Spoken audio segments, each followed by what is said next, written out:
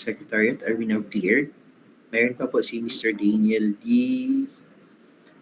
Engineering Gasi.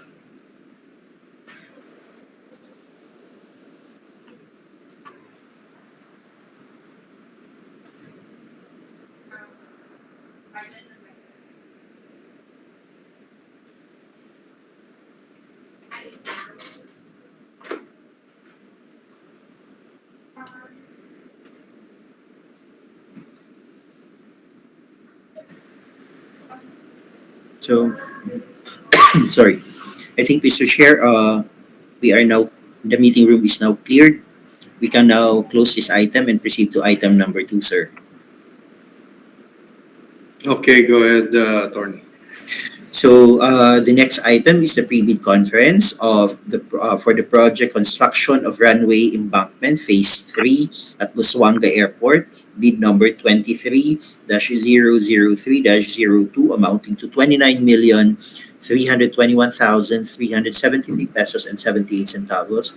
A DOT, an ADMS DOTR downloaded project, and we also received uh, bidders for this project, Mr. Chair, uh, requesting to admit the bidder, sir. Okay, please admit the bidders.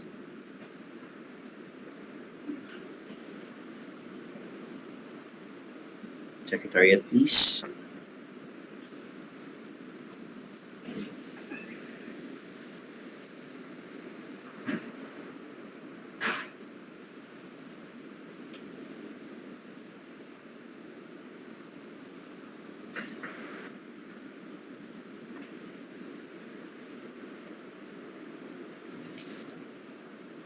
All the bidders are now admitted, Mr. Chair. Good morning to all our prospective bidders. Welcome to the pre-bid conference for the project construction of Runway Embankment Phase 3 at Busuanga Airport. And for records purposes, we require our bidders to write your name and the company you represent sa atin pong chat box po. For this project, Mr. Chair, Engineer Shariel De Jesus of ADMS will present the bid documents for this project. Okay, go ahead. Okay po, i-share ko lang po yung presentation.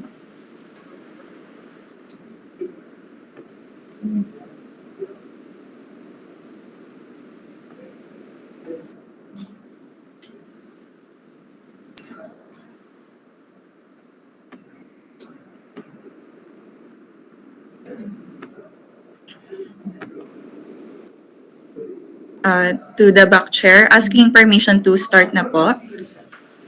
Go ahead, start your presentation. Okay po. Good morning, everyone. I'm going to present the procurement of construction of Runway Embankment, Phase 3 at Busuanga Airport. Runway strip embankment from Station 0876 to Station 0900, and construction of lean concrete from Station 0900 to Station 1020. Bid number 23-003-02. The source of fund of the project is from GAACY 2022, the OTR downloaded projects. The approved budget for the contract is 29,321,373 pesos and 78 centavos. Prospective bidders shall possess the following technical personnel requirement and minimum major equipment requirement.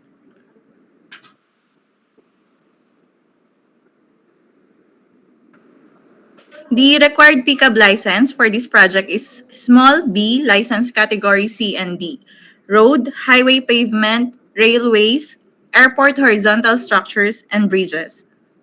The duration is 60 calendar days, inclusive of 10 rainy or unworkable days. The applicable fee for the bidding documents is 28,000, inclusive of 12% VAT. The deadline and submission for the said project was revised from February 28 to March 7, you can download the bid bulletin po sa CAAP website.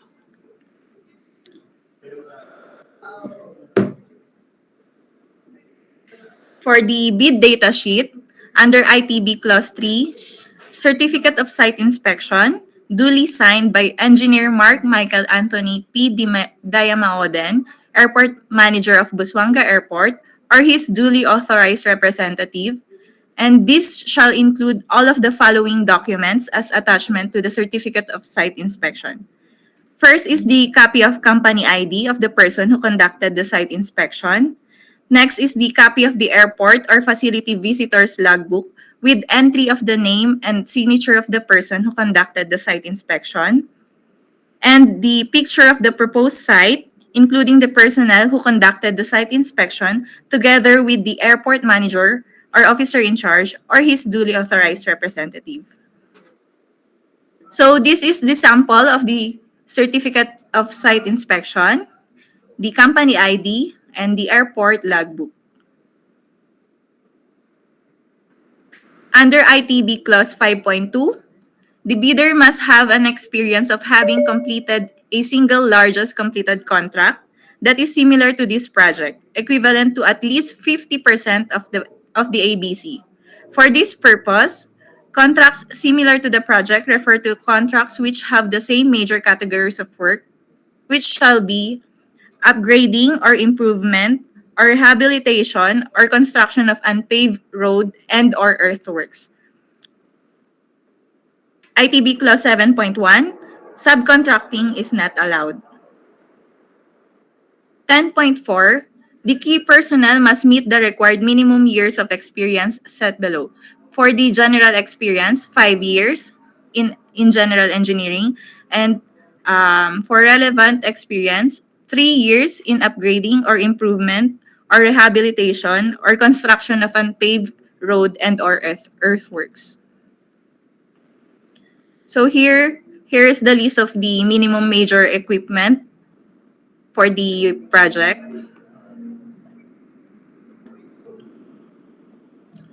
ITB Clause 11.2, bid exceeding the ABC of the project shall be disqualified. 15.1, the bid security shall be in the form of a bid securing declaration or any of the following forms and amounts. A, the amount of not less than 586,427 and 48 centavos or 2% of ABC if bid security is in cash, cashier's or manager's check, bank draft or guarantee or irrevocable letter of credit. B, the amount of not less than 1,466,068 pesos and 69 centavos or 5% of ABC if bid security is in surety bond. 16.0, each and every page thereof shall be initialed or signed by the duly authorized representatives of the bidder.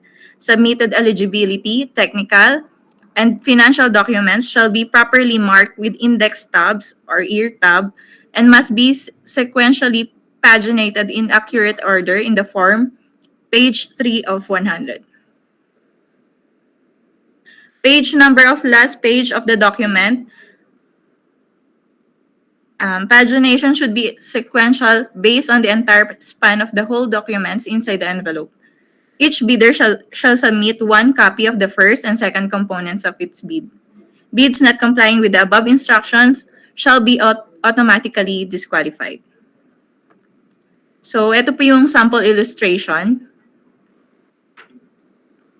Table of contents, index tab, with initialed or signed and must be sequentially paginated in accurate order.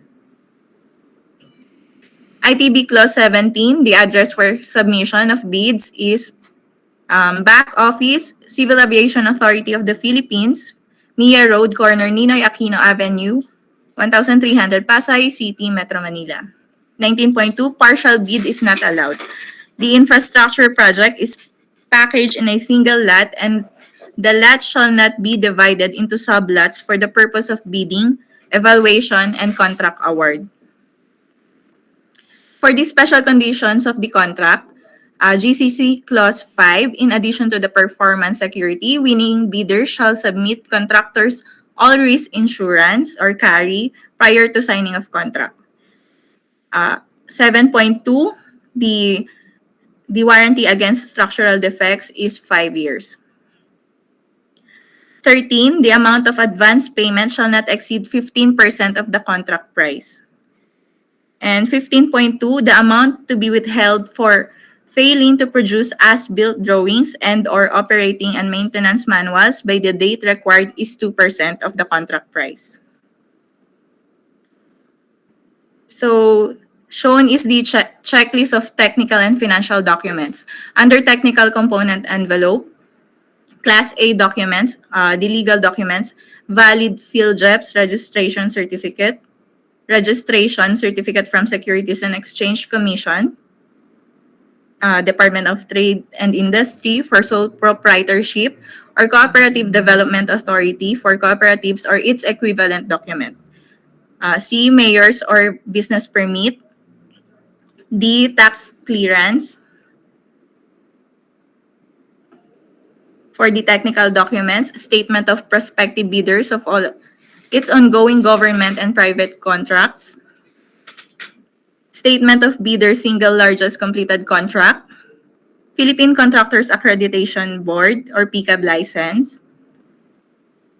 Or special PCAB license in case of joint ventures. Original copy of bid security.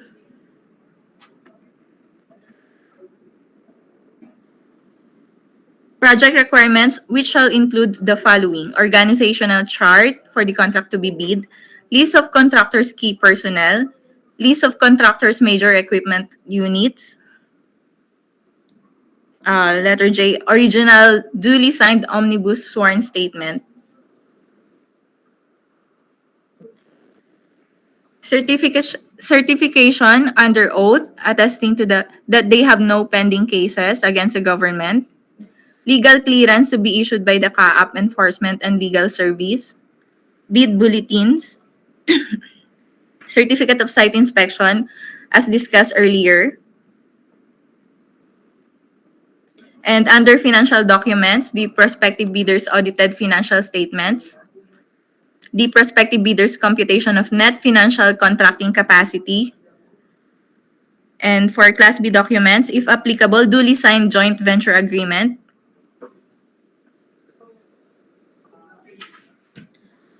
For financial component envelope, original duly signed and accomplished financial bid form, original of duly signed bid prices in the bill of quantities, summary of bid proposal, bill of materials and cost estimates, summary sheet indicating the unit prices of construction materials, labor rates, and equipment rentals, and cash flow by quarter and payment schedule. So for the scope of work of the project, shown on your screens is the aerial view of the new Busuanga Airport and the existing Busuanga Airport. So the project will be constructed in the new Busuanga Airport. So here is the site development plan. The Phase 3 project is the continuation of the previous projects, Phase 2, Phase 1, and Phase 2. The Phase 3 project is shown in color blue. So here is the color-coded scope of work of the project. We have runway strip embankment in cyan, runway lean concrete base shaded in magenta, and earth swale shaded in color yellow. Scope of work, item P151, clearing and grubbing. This item consists of clearing and grubbing of 150 mm thick topsoil from station 0876 to station 0900. Item P152, excavation and embankment. This covers the drainage excavation or yung earth swale at both sides parallel to the runway and disposal of materials within the limits of grading from station 0876 to station 0900 with the actual width of 3 meters and slope of 1 vertical, 2 horizontal.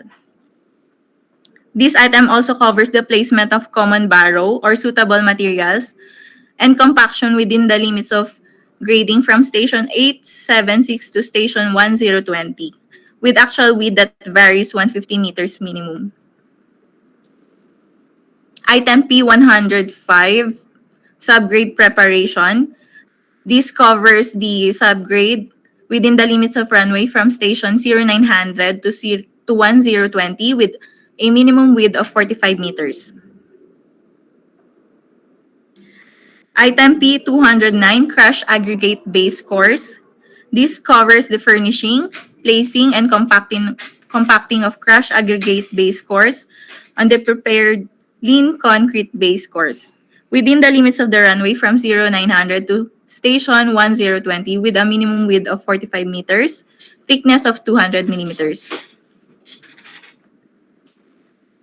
Item P306, the lean concrete. This covers the furnishing and placing of lean concrete base course from station 0900 to 1020 with a minimum width of 45 meters, thickness of 150 millimeters.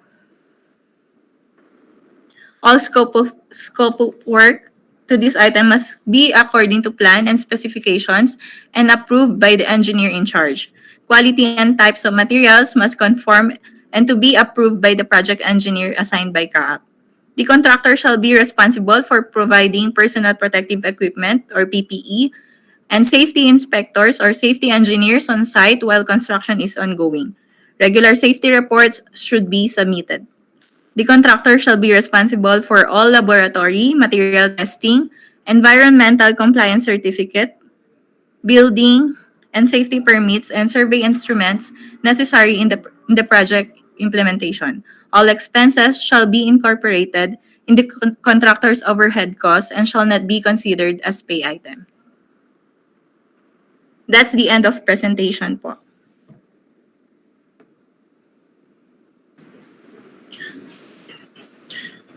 So Chair, at this juncture, the end user together with the technical working group are now ready to accept questions or clarifications from our prospective bidders.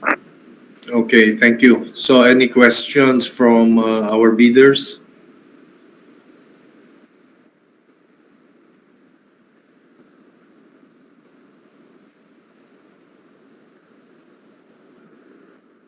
Magandang umaga po. May katanungan po ba?